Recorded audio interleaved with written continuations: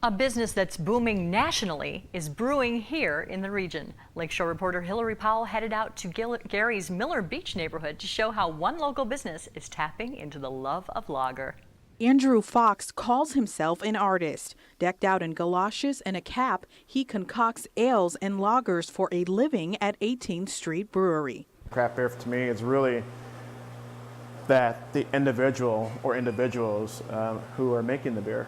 It's truly an art form. It's really an industrial and scientific process. An industrial art form, he says, is set fittingly in the notorious Steel City. Gary, Indiana has been Fox's home for nearly a decade. A month-long sabbatical in Belgium secured his affinity for brewing.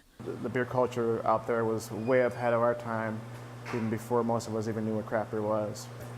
I fell in love with it.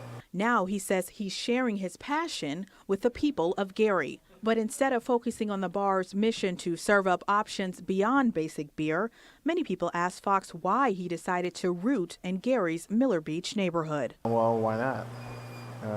We get that question a lot. Frankly, I got kind of tired of that, hearing all these pipe dreams that are going to come to the city I live in. It just never came to fruition.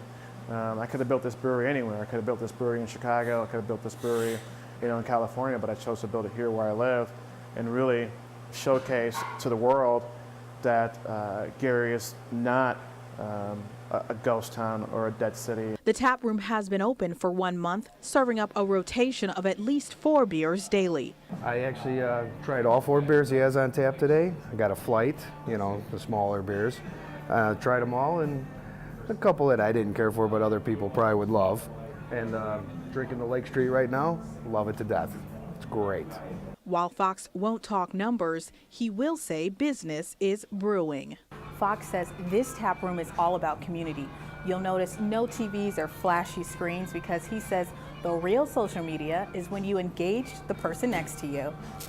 Hi, I'm Hillary. Hi, I'm Steve. Nice to meet you. Nice to meet you.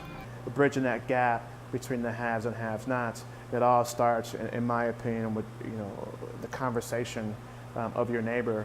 Despite his own open-door philosophy, Fox says the access for small business owners was much more limited at Gary City Hall.